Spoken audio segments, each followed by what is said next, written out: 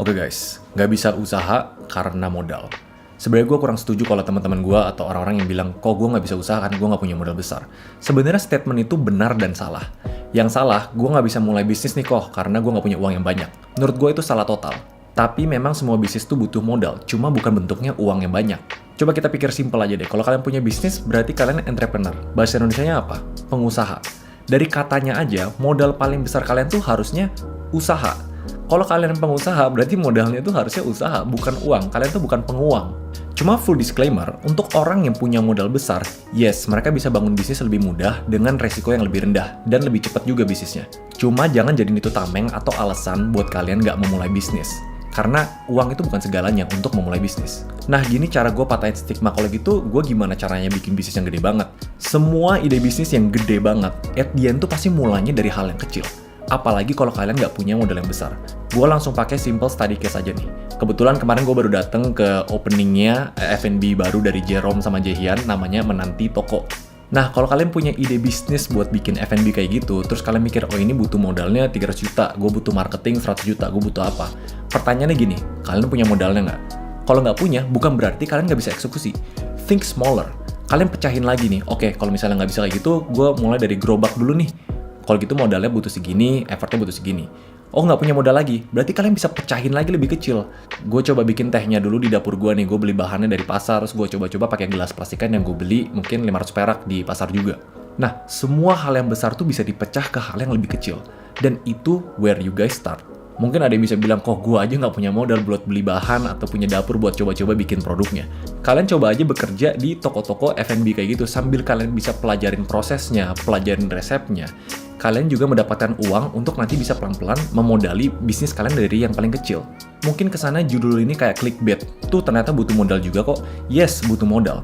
Tapi kalau misalnya kita lihat journey-nya, dari kalian kerja untuk perusahaan, dari kalian buka di dapur kalian sendiri, jualan online dari GrabFood atau GoFood, terus buka gerobak, buka apa, at the end tuh kalau kalian punya journey-nya, punya usahanya, gue yakin 100% kok kalian bisa bangun perusahaan atau bisnis yang sampai kalian punya 10 cabang atau 100 cabang di Indonesia. Asalkan modal usahanya itu dari hal yang paling kecil yang kalian bisa dulu.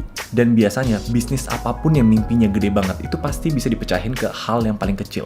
Contoh simpelnya, gue punya agency di cabang Singapura dan project yang gue closing terakhir itu nilainya 4M. Mungkin kalau kebanyakan entrepreneur ya banyak alasan, oh gue nggak punya network, gue nggak bisa gaji karyawan dan lain-lain. Gue nggak mulai dengan sesuatu yang besar. Gue mulai dulu 5 tahun yang lalu dengan freelance sendiri, gue kumpulin modalnya, gue hire cuma intern, yang coding waktu itu cuma gue, teman-teman gue, dan project-project yang gue dapetin waktu itu tuh nilainya cuma 2 juta, 5 juta. Tapi gue tahu everything takes time, dan semua tuh butuh step by step-nya. Karena gue bukan lahir di keluarga konglomerat yang gue bisa punya banyak network buat cari klien langsung nilainya gede.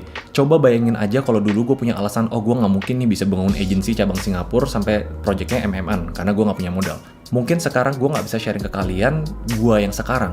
Gue berani jamin semua kesuksesan teman-teman gue yang mulai dari nol, pasti tuh nggak jauh-jauh dari hal yang kecil, tanpa modal yang besar. Video ini agak beda, kalau kalian punya ide bisnis yang gede banget, kita sama-sama breakdown bareng-bareng deh. Kita sama-sama diskusi di kolom komen. Kalau gue ada waktu dan gue bisa sharing, nanti gue bakal bantu kalian pecahin. Nih, step by step-nya buat kalian mau punya restoran gede, atau kalian mau punya agency sampai cabang Singapura, atau kalian mau punya bisnis clothing line yang punya 100 cabang.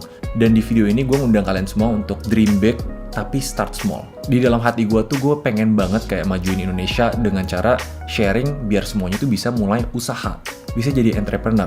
Karena gue yakin kok, gue sampai di sekarang itu bisa mulai semua tanpa modal yang besar. Modal gue minim banget. Pasti gue bisa extend dan gue sharing ke teman-teman biar kalian juga bisa mulai dengan hal yang kecil. Jangan bersembunyi di balik alasan privilege. Privilege itu ada, tapi itu bukan alasan kalian buat untuk gak mulai. Oke, gue bakal tunggu ide bisnis kalian. Coba komen di bawah, kita breakdown lagi kira-kira step satunya tuh apa sih yang harus kalian lakuin.